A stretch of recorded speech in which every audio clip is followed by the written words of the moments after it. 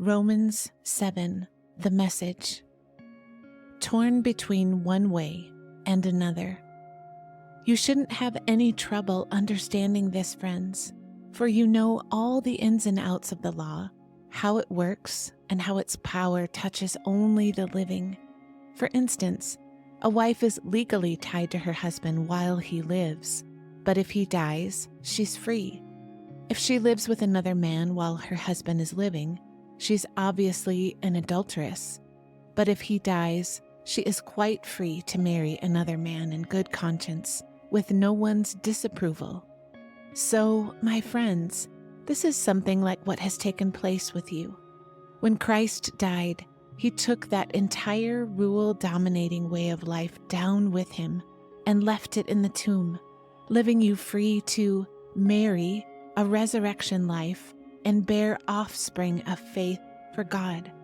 For as long as we lived that old way of life, doing whatever we felt we could get away with, sin was calling most of the shots as the old law code hemmed us in, and this made us all the more rebellious.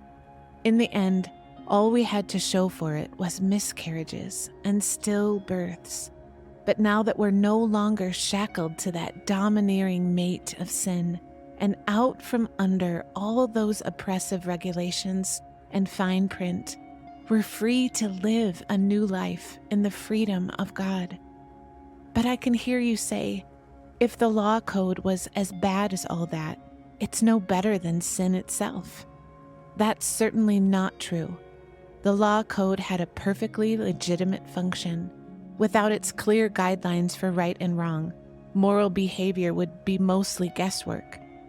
Apart from the succinct, surgical command, "You shall not covet," I could have dressed covetousness up to look like a virtue and ruined my life with it.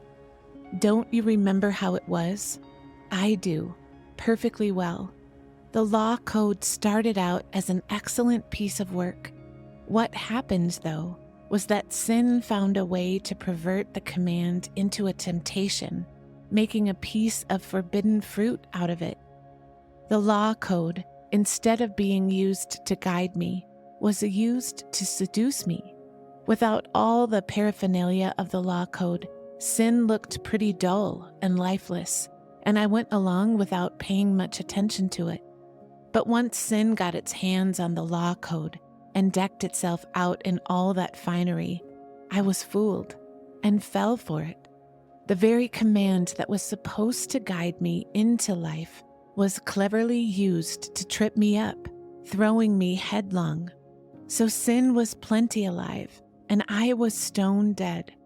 But the law code itself is God's good and common sense, each command sane and holy counsel.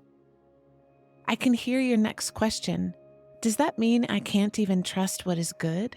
That is, the law? Is good just as dangerous as evil? No. Again, sin simply did what sin is so famous for doing, using the good as a cover to tempt me to do what would finally destroy me. By hiding within God's good commandment, sin did far more mischief than it could ever have accomplished on its own. I can anticipate the response that is coming. I know that all God's commands are spiritual, but I'm not. Isn't this also your experience? Yes, I'm full of myself. After all, I've spent a long time in sin's prison.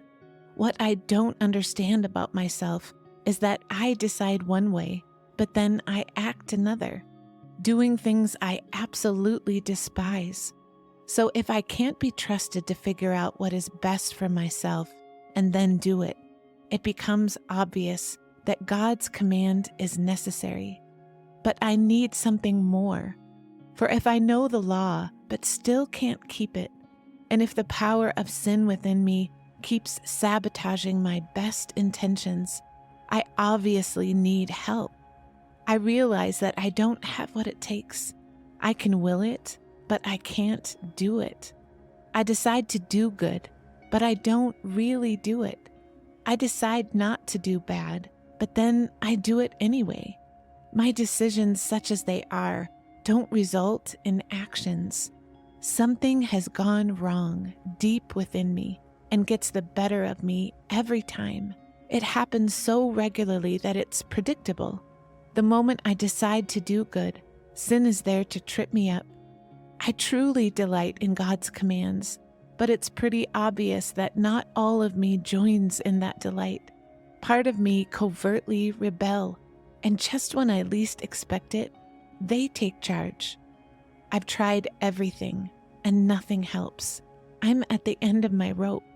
Is there no one who can do anything for me? Isn't that the real question? The answer, thank God, is that Jesus Christ can and does. He acted to set things right in this life of contradictions, where I want to serve God with all my heart and mind, but am pulled by the influence of sin to do something totally different.